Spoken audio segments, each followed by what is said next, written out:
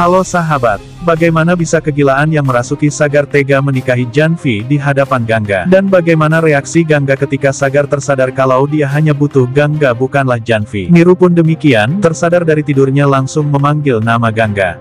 Nah, penasaran kan? Mari kita simak alur cerita lengkapnya bersama Bang Don. Kita gaskan!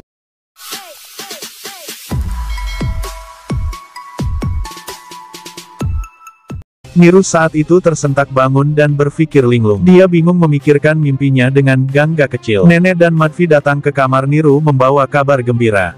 Nenek mengucapkan selamat padanya, Sagar telah membawa istrinya ke rumah. Dia menikahi Janvi. Perkataan nenek membuat Niru kaget. Nenek mengangguk, aku tahu kau punya banyak pertanyaan. Jangan terlalu dipikirkan. Aku akan memanggil mereka masuk. Restui mereka saja. Nenek memanggil Sagar dan Janvi. Sagar melangkah masuk ke kamar Niru diikuti Janvi. Niru menatap Sagar dengan tajam. Wajah Sagar terlihat tegang saat itu dan tidak nampak bagaimana mestinya pengantin baru. Berbeda dengan Janvi yang wajahnya terlihat sumringah cerah bahagia. Sagar membungkuk untuk menyentuh kaki ayahnya. Saat dia menyentuh kaki Niru, satu tetes air mata jatuh di kakinya. Niru menatapnya dengan heran dan bertanya diawali dengan satu kalimat. Gangga, di mana dia sekarang? Di sisi lain Gangga duduk di teras dengan berlinang air mata. Dia memikirkan apa yang telah dilakukan Sagar padanya. Aku harus kuat dan tidak boleh menangis. Gangga mengusap air matanya. Tiba-tiba dia merasa kalau ada orang yang menepuk kepalanya dengan lembut. Gangga mendongak dan sangat senang saat melihat mendiang ayahnya hadir di depannya. Gangga bergegas berdiri dan memeluk ayahnya dengan perasaan lega dan bahagia. Ayah berkata, sudah kubilang padamu kan, kau harus meraih bulan yang sebenarnya, bukan hanya bayangannya. Gangga mengangguk sedih, bulanku adalah Sagar. Sagarmu itu tidak ada artinya dan bukan apa-apa, dia hanya sebuah ilusi bagimu. Gangga menyangkal, dia bukan ilusi. Aku sangat mencintainya ayah. Ayah berkata, aku tahu dan paham perasaanmu, tapi ini hanya keinginanmu untuk mendapatkan cinta palsu. Kau terpukau pada Sagar seperti seseorang yang mabuk akan cinta. Tuhanlah adalah cinta sejati. Pahami cinta sejati, maka kau akan damai dan Tuhan akan memberikan segalanya yang terbaik untukmu. Temukan cinta itu dan jati dirimu yang sesungguhnya, maka kau akan temukan kedamaian yang sejati. Gadis kecil pemberaniku tidak butuh Sagar, atau tuan atau sindur atau dukungan apapun itu. Kau hanya perlu menatap ke dalam hatimu untuk menemukan jawabannya. Ayah menatap rembulan yang sedang menggantung di langit malam yang cerah. Gangga ikut menatap ke arah rembulan, dan saat dia menoleh kembali, si ayah sudah tering menghilang. Niru dan nenek duduk berdua di kamar. Mereka berbincang-bincang tentang pernikahan Sagar. Niru masih merasa ada yang salah dan aneh pikirnya. Nenek memberitahu Niru kalau pernikahan mereka berlangsung di depan panitera saja. Setelah ini aku akan memanggil orang tua Janvi. Kita akan mengadakan resepsi upacara pernikahan untuk mereka begitu kedua orang tua Janvi ada di sini. Niru tetap tidak bisa menerima, dia masih merasa ada janggal. Nenek meminta Niru agar melupakannya saja. Kau juga ingin Sagar menikahi Janvi kan? Niru menyahut, aku hanya ingin dia bahagia. Ayah Janvi tidak akan bisa menerima penghinaan ini. Niru berkata, apakah Sagar telah melakukan? Nenek memotong perkataan Niru sebelum dia menyelesaikan kalimatnya. Berdoa saja semoga pernikahan ini sukses.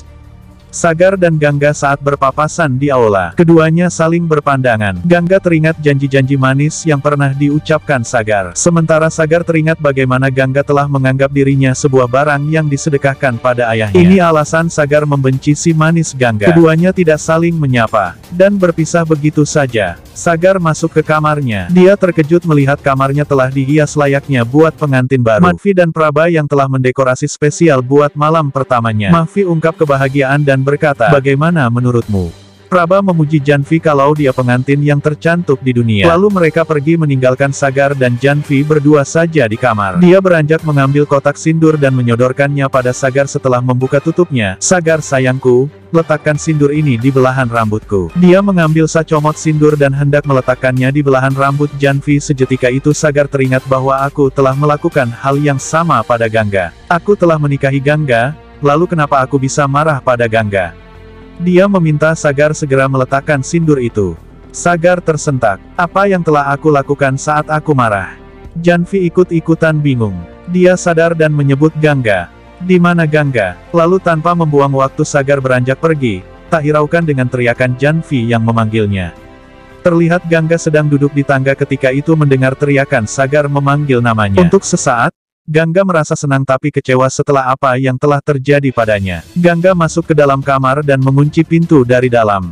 Sagar terus berteriak sambil mengetuk pintu.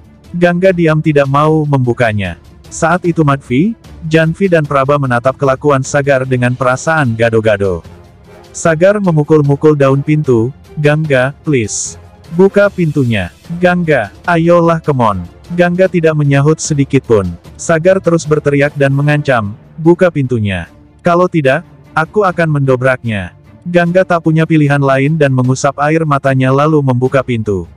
Sagar sangat senang melihat Gangga. Kau harus ikut aku harus mengatakan sesuatu padamu.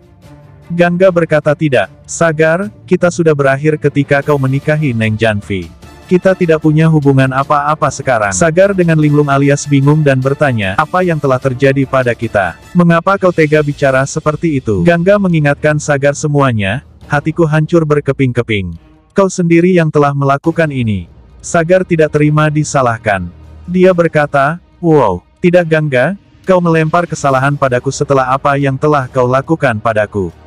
Dengar aku baik-baik, semua ini terjadi karena kau yang memulai. Gangga menyahut, kau hanya bisa menyalahkan orang lain. Sagar menyela, kau yang menyakiti aku dengan jelas aku mendengarnya saat itu saat kau bilang aku milikmu dan disedekahkan pada ayahku.